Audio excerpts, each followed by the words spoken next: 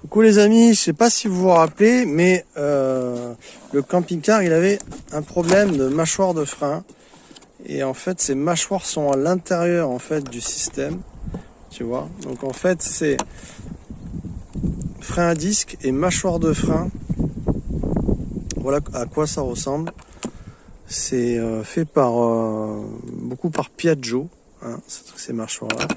Bon, il y a le kit pour les deux roues arrière en fait.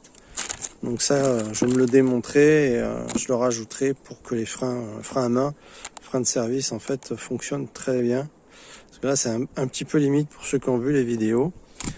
Donc voilà, j'ai reçu aussi ça. Progressivement, j'ai changé d'enjoliveur. Progressivement, je me le retape doucement avec mes petits moyens. Parce que je suis pas riche, donc je fais comme je peux. Voilà, donc je suis content, ils sont arrivés.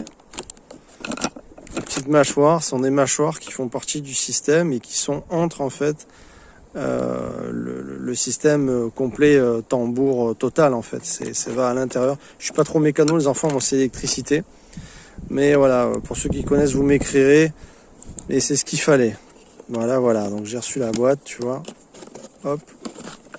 C'est spécial pour le Pearl. Alors, j'ai enfin reçu l'enjoliveur qui manquait au Pearl. Parce que tu vois, ça fait con quand même. Il mérite d'avoir ces enjoliveurs. Alors on va voir, j'espère que c'est exactement celui qu'il faut. Alors, je vais le découvrir avec vous. J'ai cherché ça en point relais. Alors, on va le sortir. Hop, on a... Oula, il faudra que je récupère le sac à frais. Le cerceau qui est là.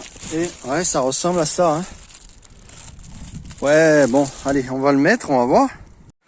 Voilà. Et ça, c'est pas pareil quand même. Il le mérite, mon Pearl. Je l'aime.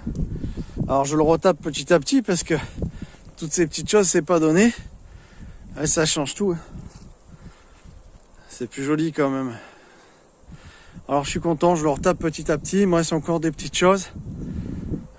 Et ça prend forme doucement. Puis les rangs, je suis obligé de reculer un maximum pour pouvoir le prendre entièrement. C'est vraiment la belle bête quoi. Voilà, donc je suis content. Ça me peinait de le voir comme ça. C'est con hein, mais ça me fait plaisir de le voir avec son petit enjoliveur. Alors j'ai également rajouté un Fiamma hein, parce que bon il y a des vols quand même. Alors bon un Neverland ça passe mais encore ça dépend, c'est arrivé déjà quand j'étais pas là. Mais en ville ou quand tu te gares voir la famille, bah c'est tellement vite fait d'ouvrir ça, donc un petit Fiamma de plus, c'est dissuasif, voilà, et puis bon, ça fait quand même le job. Coucou les amis, je voulais vous montrer que j'avais installé une prise 220 ici à cet endroit. C'est formidable parce que ça rejoint, si tu veux, sous le siège, hein, où vous avez pu voir mon installation avec batterie Victron, convertisseur, donc un fusible pour protéger entre le plus du convertisseur et le plus de la batterie. Et puis là, j'ai tiré des câbles donc qui rejoignent bien évidemment la batterie avec un fusible également entre pour aller à la batterie. Donc je suis content parce que ça me fait une prise d'appoint, une prise 220 de plus. Donc ça me fait du 220 ici, accessible pour brancher mon chauffage soufflant par exemple, qui est là, tu vois, le chauffage soufflant qui est là. Je le branche là, crac, et je peux m'allumer en chauffage quelques heures. Et puis après, j'ai à l'arrière mon installation électrique qui est en fait dans la soute finalement, en dessous, sous cette partie. Et je vais pouvoir accéder encore à de la puissance pour m'alimenter en 220.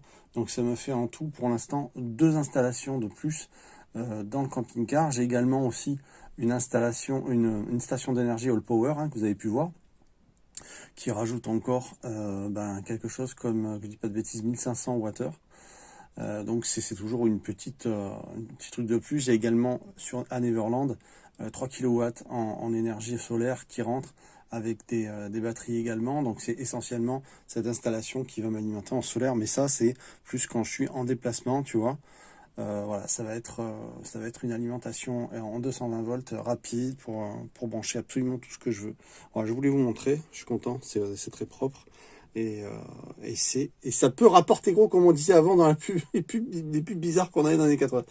Donc connerie cette pub me rappelle. Et ça peut rapporter gros. Donc voilà, donc ça peut rapporter gros, je voulais vous montrer cette prise qui est là, c'est sympa. comme ça, hop, petit accès à chauffage, soufflant, rapide, ce que je veux, je sais pas, que sais-je. C'est très très pratique. Ou alimenter une Nespresso, tu vois, dans la cuisine, ou alimenter ma petite cafetière qui est là. Crac, tu vois, hop, je la branche, tac, et puis c'est parti, du 220 sur cette installation. Sinon, j'ai pas besoin puisque mon système à l'arrière alimente en fait tout le camping-car. Donc après, mes prises ici sont alimentées puisque ça va dans tout le système électrique du camping-car. Donc c'est pour ça que j'ai pas nécessairement besoin de brancher cette cafetière ici. Et ça, c'est plus pour un chauffage électrique. Enfin, moi, je m'amuse avec ça, voilà. Alors, on va démonter, on va virer mon convertisseur fétiche, hein, c'est celui-là que je vous recommande par-dessus tous. C'est en 8 ans, sans jamais avoir eu un souci. C'est une bombe atomique et c'est le moins cher en plus. Il est formidable, pur sinus. Donc voilà, je vous mets ça en description. La Victron qui est là, qui est branchée. Hein, voilà, elle a son BMS qui est là. Ça c'est pareil, il faut que je range correctement. Et puis j'ai créé une prise. Donc là, vous voyez une prise qui part là. Et j'ai une prise, ça on en parlera, c'est un autre truc. J'ai créé une prise extérieure ici pour alimenter en chauffage, tu vois, voilà, ou en électrique ou quoi. Donc ça c'est moi qui a fait ça. Bien évidemment, il y a un fusible qui va bien. Voilà, donc le fusible, non, je l'ai pas mis, il faut que je le rajoute. Je dis conneries, c'est à l'arrière que je l'ai bien mis. Donc je vais débrancher les décoas et je vais nous brancher le Jandel, voilà, parce que on va le tester comme il se doit. Et puisqu'il tourne en 1000 watts sans problème, puisqu'il y a une crête à 2000, eh ben c'est parfait pour ce qu'on a. Donc c'est parti, on va le brancher. Donc je sors les décoas, hein, une merveille ce convertisseur. J'ai placé le Jandel provisoirement. Hein, voilà, donc je ne l'ai pas fixé encore parce que je veux d'abord le mettre à rude épreuve, voir si ça vaut le coup. Et alors ce que vous apercevez là, c'est un fusible. Donc il y a un fusible entre le plus qui arrive de la Victron, hein, la borne plus, et entre le convertisseur. Vous voyez, voilà, donc il est décalé, il touche pas. Hein. Il faut juste que je le serre un peu plus, là, je vois. Et puis il faut isoler. Il faut pas que ça reste apparent comme ça. Donc de l'adhésif. Alors, je branche ma prise. Voilà. Ici, j'ai mis mon écran déporté. J'allume le convertisseur. Et le chauffage se met en marche. Voilà, le chauffage qui est branché ici. Et voilà. Et donc on a 960 watts de consommé. Une batterie à 12,9, mais c'est normal quand ça tire. Mais en fait c'est plus que ça. Et on a la consommation en direct. Donc je vous mettrai en lien le Jandel, qui est vraiment à bon prix, ce petit Jandel là, avec son écran déporté. Et là on a du chauffage. Gratuit, l'électricité gratuite. Si c'est pas beau ça! Petit pouce, abonnez-vous et actionnez la cloche pour voir la suite. On se retrouve très vite. Ciao, ciao tout le monde!